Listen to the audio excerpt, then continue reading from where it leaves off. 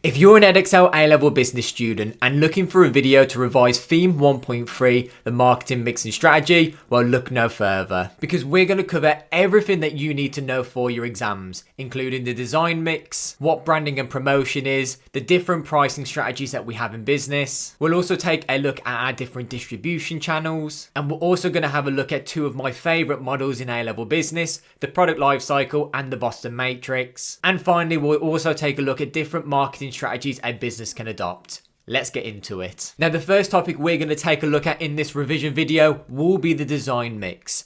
Now, the design mix is composed of three different areas, and essentially it's all about how a business will design their products based on these three areas: function, aesthetics, and costs. Now, it's going to be key to note that a business will try and prioritize different areas of the design mix more than others, depending on the type of product they're selling. It's also important to note that the design mix has actually evolved over time to try and keep up with different social trends. For example, businesses are now more aware of environmental issues, which is why businesses tend to try and focus more on waste minimization and using more materials that can be recycled. But let's break down each of the different areas, starting off with function. Now, when we're looking at function, it's how well a product works and does it meet its intended purpose? And does the product basically deliver what it says it can? So we will consider different factors such as the reliability of the product. So is it consistently performing well over time? It will also look at the durability, so it's resistant to wear and tear. We'll also look at any safety features just to minimize the risk to our users. And finally, looking at our usability and overall performance. The next element of the design mix will be the aesthetics of the product, which essentially looks at the look, feel, and overall appeal of a product. I'm a poet and I didn't even know it. So when we look at the aesthetics, we're looking at the overall design of the actual product. Thinking of Apple, the design of their products, it is made to look appealing to consumers. And then finally, we've got the cost/economic element, which is essentially how expensive is it to produce the product or service. Now, of course, the more luxurious the product is, the more expensive it is going to be to produce the product because we need more luxurious and higher quality raw materials. It will also look at any different other factors such as the labour production and also the packaging costs. Now, this will have a direct impact on the profitability and the profit margins the business will make from selling these type of products. The next topic in this revision video that we're going to be taking a look at will be branding and promotion. Now, when we look at promotion, basically this is how a business will raise awareness of their products and services that they are selling. The whole goal about trying to promote your product is to increase your overall sales, because you want to let customers know about the products and services that you are selling and why it's better than your rivals and your competitors. And when we look at how a business can promote their products, we look at the promotional mix, which consists of 5 key areas. So first of all, we would look at advertisement, so paid form of promotion. Think of social media paid ads, think of television paid ads as well. Then we've got sales promotions. So this could be any discount to try and encourage a customer to buy there and then. So think buy one, get one free, or selling something at 50% off. Then we've got different public relations. Now, when we look at PR, this isn't directly about selling a product or service. But when we think of PR, think of press conferences. The idea is that we want to build our positive image in front of our customers, because then with a positive image, customers are more likely to buy our products and services. Then we've got more personal selling. And this is common when we sell more expensive items, such as a car, such as a house. Because a customer may need to think a lot more about their decision as they're going to be committing quite a lot of money to purchase the actual product. And then finally, we've got direct marketing, which basically means we send messages to a specific segment of our overall target audience. A great example could be email marketing. Now, when we are looking at how we decide to promote our products and what strategies we go for, there are several factors that would influence this, and these are like your evaluative depends on points. Well, first of all, we have to consider, what technology is available to us? The rise of social media has made this now a more favourable platform for people and businesses to promote their products on. Then we've got the target audience. So who are we selling to? If we're selling to a specific target audience, we need to try and figure out where are they spending most of their time. Then we've got to think of our promotional budget.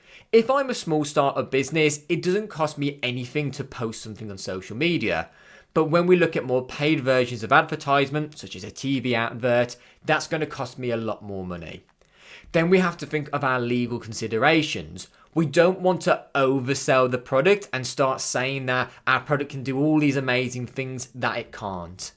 We also need to know what our competitors are up to, because we need to at least match them or make sure our content is better than theirs. What stage of the product life cycle is the actual product in? Because if it's within the decline phase, we don't necessarily want to be putting loads and loads within our promotional budget. But during the introduction phase, we want to start increasing that and making customers more aware of the product. Then we've got the actual nature of the product itself. Is it a luxurious item? Is it a necessity item?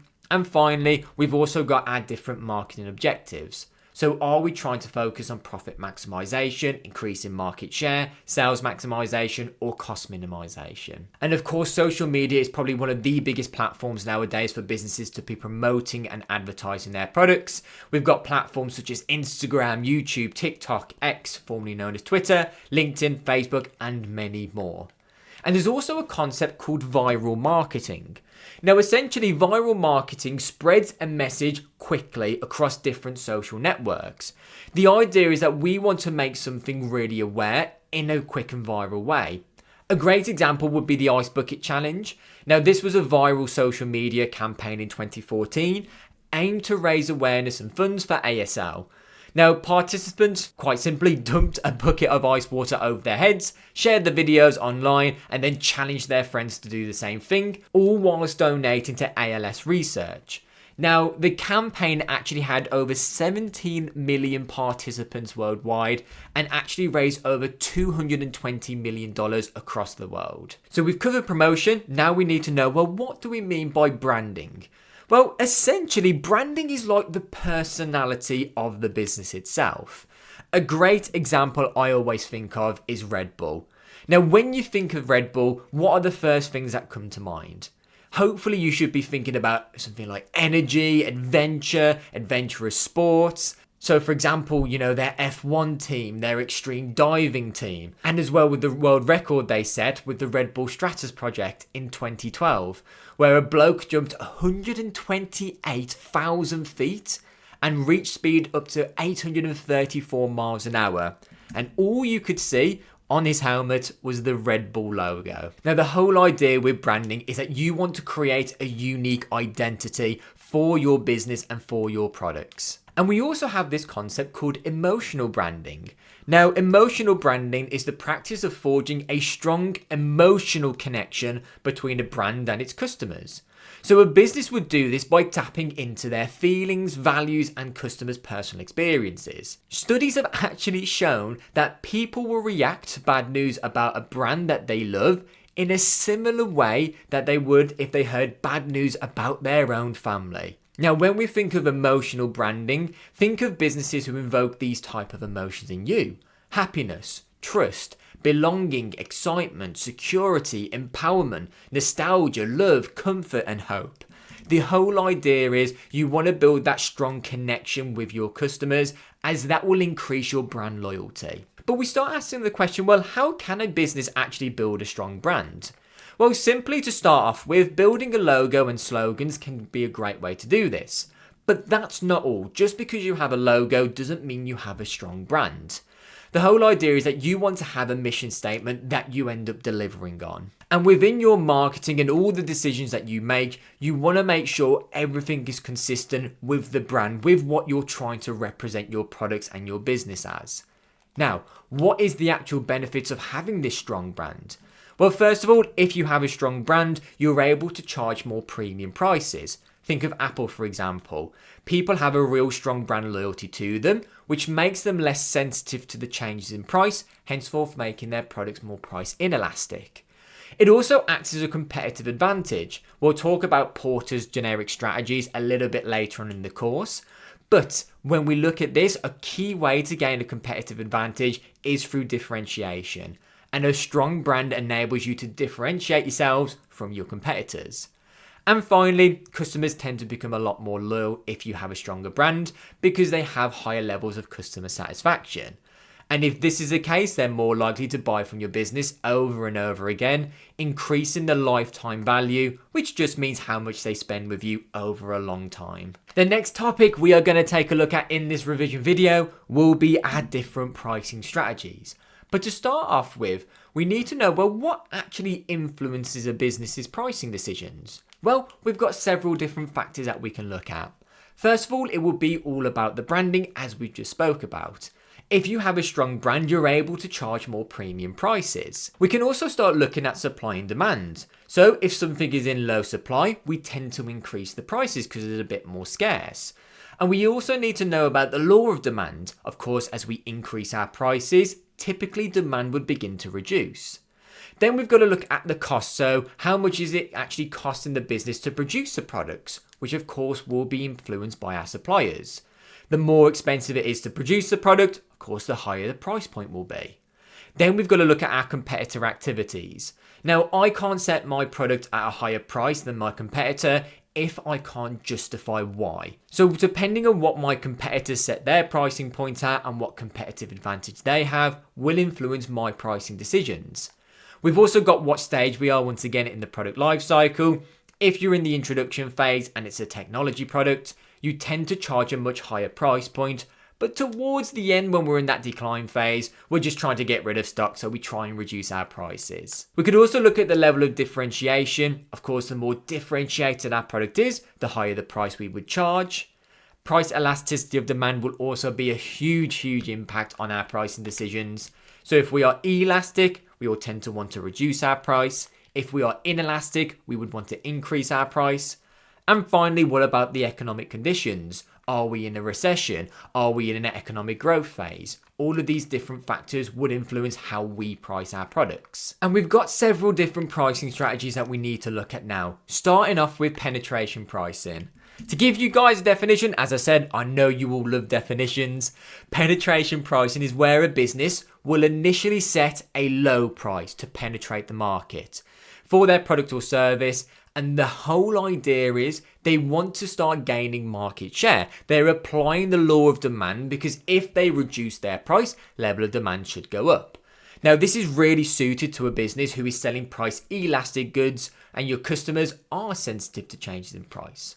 But as we've said, the aim is we want to gain market share. Now, after we've established ourselves within the market, we've gained a bit of market share, we now have the ability to start increasing our prices because hopefully we've developed a bit of brand loyalty. Now, penetration pricing is a really good strategy because the idea is you're trying to take your customers who are potentially sensitive to prices away from your competitors into your business. And of course, this increases your overall market share and your sales. It creates a bit of awareness as well about the product. If you're known as the cheapest option or one of the cheapest options on the market, that can be really good in terms of spreading awareness for who you are. And because you are setting your price at a low point, we know that the law of demand states that if your prices are lower, this tends to increase the level of demand. Well, if our demand goes up, our sales volume goes up, our level of output is going up, which would give us access to economies of scale to help reduce our unit cost over time. The next pricing strategy we'll take a look at will be price skimming. Essentially, this is kind of the opposite to penetration pricing because penetration pricing, you set a low price initially, but price skimming is where the business would set a high initial price for a product or service that they've just released onto the market and gradually reduce it over time. Typically, you'll find products and services that are more inelastic will go for this strategy because your customers are less sensitive to changes in price. Some examples of businesses who do this would be Apple, Xbox, car manufacturers as well. And this closely relates to the product life cycle that during the introduction phase, you make the most of those early adopters who want to be the first customers to buy your product. Now, their willingness to pay point is a lot higher than people who are in the maturity phase. So you're making the most out of those early adopters who are willing to pay that premium price. And because of this, you're actually maximizing the profits that you make on this product over the product life cycle. It also creates this perception of high quality because there is a bit of a correlation to price points and quality. If you charge higher prices, customers will initially perceive that, well, to justify that higher price, the product should be of higher quality. And as I said before, companies like Apple, Xbox, PlayStation, car manufacturers, they would typically use this type of pricing strategy because there's a lot of research and development costs they have to use in order to produce the products initially. So by setting that high price point, by maximizing those early profits, we're going to be able to recuperate our R&D investment a lot quicker for doing so. Then we've got predatory pricing. Now, the way predatory pricing works, imagine you're a small business just enjoying yourself in your local market, and a large business then sets up right next to you and purposely offers extremely low prices to drive out those smaller competitors within the market. Now, some forms of predatory pricing are actually illegal because it's quite harmful to drive out competitors out the market, because typically this would reduce choice for your customers. And if those businesses have been driven out the market, the ones who remain can start charging extremely high prices and form a bit of a monopoly. So we have something called the Competition and Marketing Authority, also known as the CMA, and they're responsible for investigating and taking action against companies that try and engage in predatory pricing. And the reason why these larger businesses are able to sustain these lower prices is because they've got access to economies of scale, which means their unit cost is a lot lower than their rivals. And they also have a lot of spare cash, so if they was making a loss in the short term, it wouldn't necessarily harm them. Next up we have is our competitive pricing strategy. Kind of in the name. Imagine everyone in the market setting the exact same or similar pricing points. The idea is that your customers will go to the business who has the best quality products. And you'll typically find competitive pricing strategies used in markets that are highly competitive. The issue is with this though, if everyone sets at the same price point or similar price points, one of the competitors may decide to actually reduce their prices, causing everyone else to reduce their prices, and this could cause a price war. Our next pricing strategy is called psychological pricing. You may have seen this quite a lot before. Essentially, it's a strategy where prices are set just below whole numbers to make that product or service seem a little bit cheaper. So not selling it at a price point of £1, but selling it at 99p. Now, with psychological pricing, it's not just a standalone. You wouldn't say to a company, what pricing strategy you use, and they'll just say, just psychological pricing. Typically, they would use this alongside other pricing strategies. And the final type of pricing strategy we have to look at is our cost plus pricing. Once again, the name kind of gives it away. It's a strategy where a business will add a fixed percentage or an amount, also known as a markup, to the production cost of a product to determine its selling price. So let's say I know that to produce my product, this is going to cost me £1. Well, if I want to add up a markup of 50%, which would also be equal to 50p, that means my price point would be £1.50. The way we start calculating this is, first of all, we need to identify, well, what is the markup? And all we do for that is, what profit margin do we want to sell at? Divide that by 100 and then times that by the cost per unit, i.e. how much does it cost to produce one individual unit. And then to figure out the selling price from there, all we need to do is to take that markup and add on to the cost per unit. To show you guys an example of how this would work, let's say we've got this set of data where our total cost equal £50,000. The number of units we've produced is 1,000 units. So all I've done there to get the cost per unit, take your total cost divided by the number of units and figure out that our cost per unit is £50. Now, let's say I wanted to charge a 200% markup. So what I would do, 200 divided by 100 times by 50, which would give me a markup of £100. Then all I would do is I'd add that onto my cost per unit, 100 plus 50, which would get me my selling price of £150. This would guarantee I am making a profit per sale, but it can be quite dangerous because it doesn't really consider our competitive pricing. So we could be sitting at a really high price point compared to our rivals. Our next topic in this revision video that we're going to take a look at will be our distribution channels. Now, our different distribution channels can take different forms. And essentially, when we look at a distribution channel, it's the journey from the actual product coming from the producer all the way to the end consumer. And there's different things that we can look at. So essentially we could sell from a producer to a wholesaler, and all a wholesaler is that they purchase goods in bulk from your producers and act as an intermediary because they sell in smaller quantities to retailers.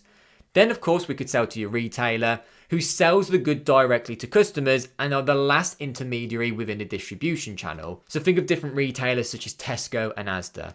Now they can be both online or in person, both will obviously provide different benefits. That's one example. We can also go from a producer directly to the retailer and then to your consumer. Or we can go from the producer directly to the end consumer.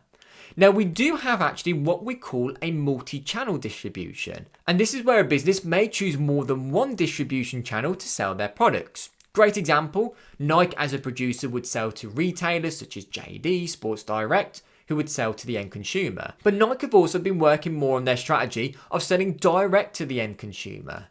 The reason why they want to sell directly to the end consumer is that their profit margins could increase. But selling through retailers such as JD and Sports Direct is also going to be beneficial for Nike because they will be also promoting Nike's products on Nike's behalf. Now, when we are looking at, well, what is the right distribution channel for us to actually sell our products through, it will depend on several different factors. So first of all, we want to look at the nature of the product itself. If we sell a luxurious type of product or service, we want to control that customer experience. And who is the target market? Who are we selling to? We need to ensure that our distribution channels are where the customers are spending most of their time.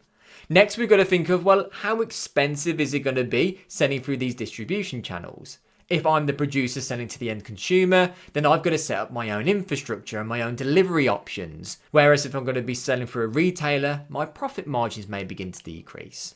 We've also got to look at our resources and capabilities. So have we got enough funds to set up our own distribution channel from the producer to the direct consumer? Then we need to think of, well, who are the available intermediaries and how many are there? And finally, what are our competitors doing? Have they got any exclusive deals that may potentially impact us? And we want to make sure that we are matching what our competitors are also doing. Now, as we said earlier, a business can be selling online and in person, with both having their distinctive advantages. And let's have a look at them. First of all, if we was to sell in person, well, the great thing is that you're able to develop a bit more of a personal connection between your business's staff and the end consumers. Because the problem is when you buy something online, you're typically talking to a robot or an automated system.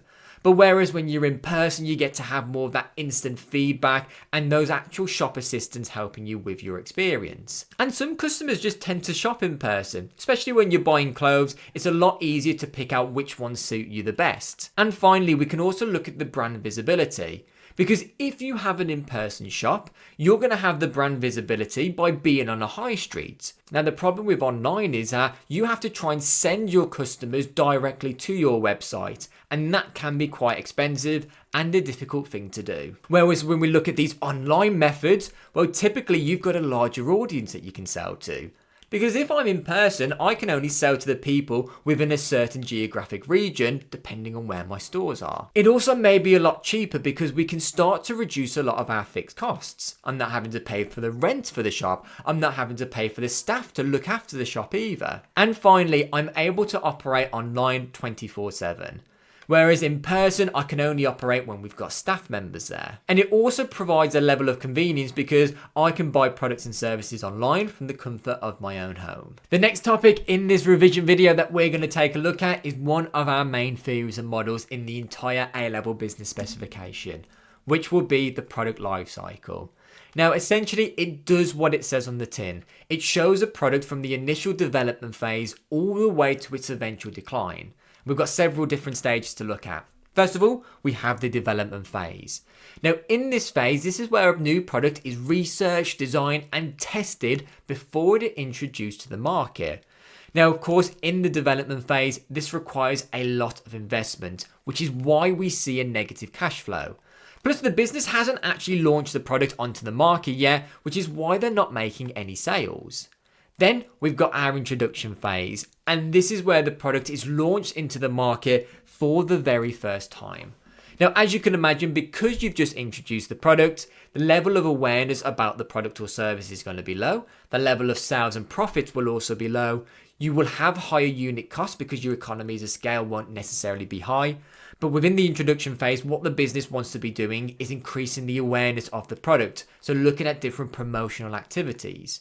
Now, our cash flow is still negative until we typically hit the growth phase, and this is where our cash flow tends to go positive. And as it says, this is when the product experiences a rapid increase within sales. Your customers are now a lot more aware of the product, sales volume is going up, so we're starting to access our economies of scale. And then we hit our maturity phase. And this is where our product hits its peak level of sales. So the actual rate of sales growth begins to slow down. But within this stage, this is where our cash flow is typically at its strongest position. But our final stage is when we hit the decline phase. Sales is declining, profits are declining, people don't want the product or service anymore, and this is where we reach its eventual death of the product. But there are one or two different things that we could actually do within the decline phase.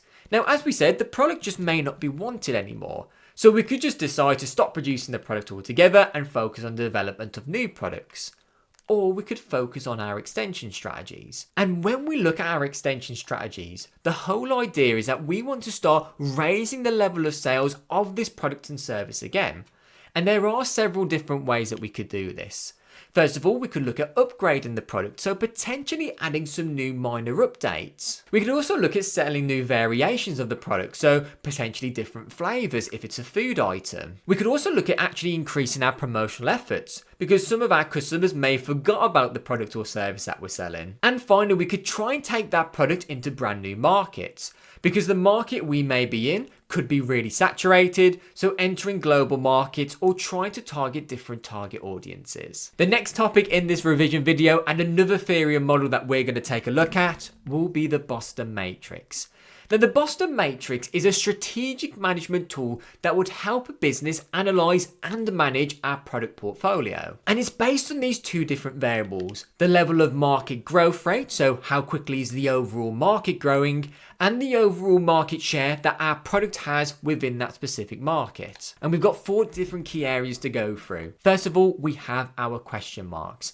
Now, the reason why these are called question marks is because there's a lot of uncertainty around the product. Maybe it's just been introduced onto the market for the very first time. If we have a product that is a question mark, we want to start conducting a lot of market research, understanding whether the product or service meets the customer needs. And we want to keep investing a lot of money and resource into the product, hopefully for it to become a star. Because our star products have a high level of market share within their specific market, and they are in markets that are growing quite quickly. So with these type of products, we want to continue our investment into them because these are potentially returning us the highest amount of profit and cash. Then we have our cash cows. Now, our cash cows have a high level of market share, but within a market that isn't really growing that much. But within the name, they are called cash cows, which means they are generating us a lot of cash. Potentially they are products and services within the maturity phase.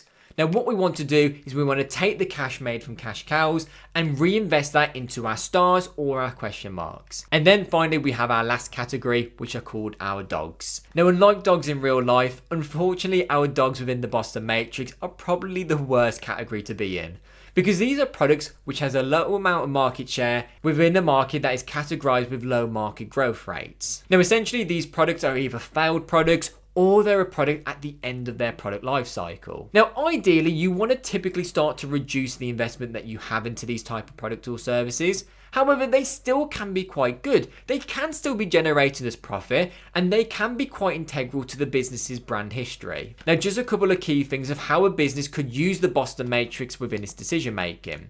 As we said, question marks, they can either develop into our stars or they can fail and develop into dogs. Our stars will end up typically becoming a cash cow, and we want to take the cash generated from our cash cows and reinvest that into our question marks and our stars. Now, dogs can actually be revived if you was to invest a lot of money into them back into a question mark. Potentially the market might grow again.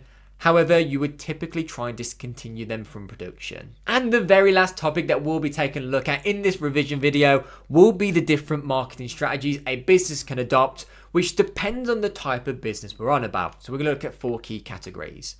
First of all, we are going to look at a business within a mass market, which of course means we are targeting a very broad segment of the actual market itself. Now, in terms of the product itself, Well, we'd want to have a product that is fairly standardized, that appeals to a wider audience, potentially limiting the level of customization to try and reduce cost and maintain efficiency. Now, in terms of our pricing strategies, you'll find there's a lot of competitors within the market. So we want to adopt more of a competitive or a low pricing strategy to try and attract a large customer base. In terms of how we would promote our products, this will typically be through mass advertising methods such as TV, radio, social media. The whole idea is to focus on brand awareness and creating a strong brand image. And finally, in terms of place, where we want to have a lot of different distribution channels available. We want to focus on visibility and accessibility for our target audience. However, if we were looking more to target a niche market, which is focusing on more smaller segments of the actual market itself, well, in terms of our pricing strategy, because once again, we are trying to target more of a specific area of the market, typically the level of competition will be quite low. So our products may be categorized as more price inelastic. And that means we can get away with charging more premium prices. Now, in terms of the product itself, we want to make it a little bit more specialized in order to meet our specific needs and wants of our customers. So potentially focusing on higher quality, more customizable products. In terms of the place, well, we want to be fairly selective. We only want to really focus on where our specific target audience is hanging out. So we could potentially just focus on more direct to consumer. And in terms of promotion, it has to be more targeted. So I don't want to be advertising through TV methods that is meant for more of a mass market, maybe more email marketing, word of mouth marketing, and focusing on where my target audience is spending most of their time. Then we've got what we would call a B2C business, which means a business to the final consumer. For example, a retailer or a producer selling to our final customers. Now with the B2C, we are going to be wanting to make sure that we have more competitive pricing. Potentially there are a lot of competitors within the market, but of course that depends on the type of business we are. In terms of the product itself, we want to focus on quality, design, and the different features to meet our customer preferences and customer needs. In terms of the place, maybe focusing more on wider distribution channels, so including retail stores, e-commerce, third-party platforms, more convenient locations as well for our customers. And as well, with promotion, we want to have a heavy use of advertising through different methods of social media, TV, influencer partnerships, with the idea of focusing on more personalized marketing strategies as well. Whereas if we are B2B, so we are a business selling to another business, well, typically our prices now are actually more based on the value of the product that we're offering. And these prices will tend to be negotiated. So the product itself might actually now be focused more on meeting the individual needs of that specific business. So focusing once again on customization. In terms of the place, you want to be making sure that you are selling directly to that business because you want to be offering a lot of end customer support for them. And finally, in terms of promotion, you want to focus on building a long-term relationship, potentially through networking and through personal selling. If you want to carry on your revision on Theme 1 topics, I highly recommend you check out our video on Theme 1.4 Managing People, which you can access here, and we'll go through all the main things that you need to know, such as the theories of motivation, different leadership styles, and much more. Thank you so much for watching this session. I hope this helped you understand the different elements of the marketing mix, and I'll see you in the next one.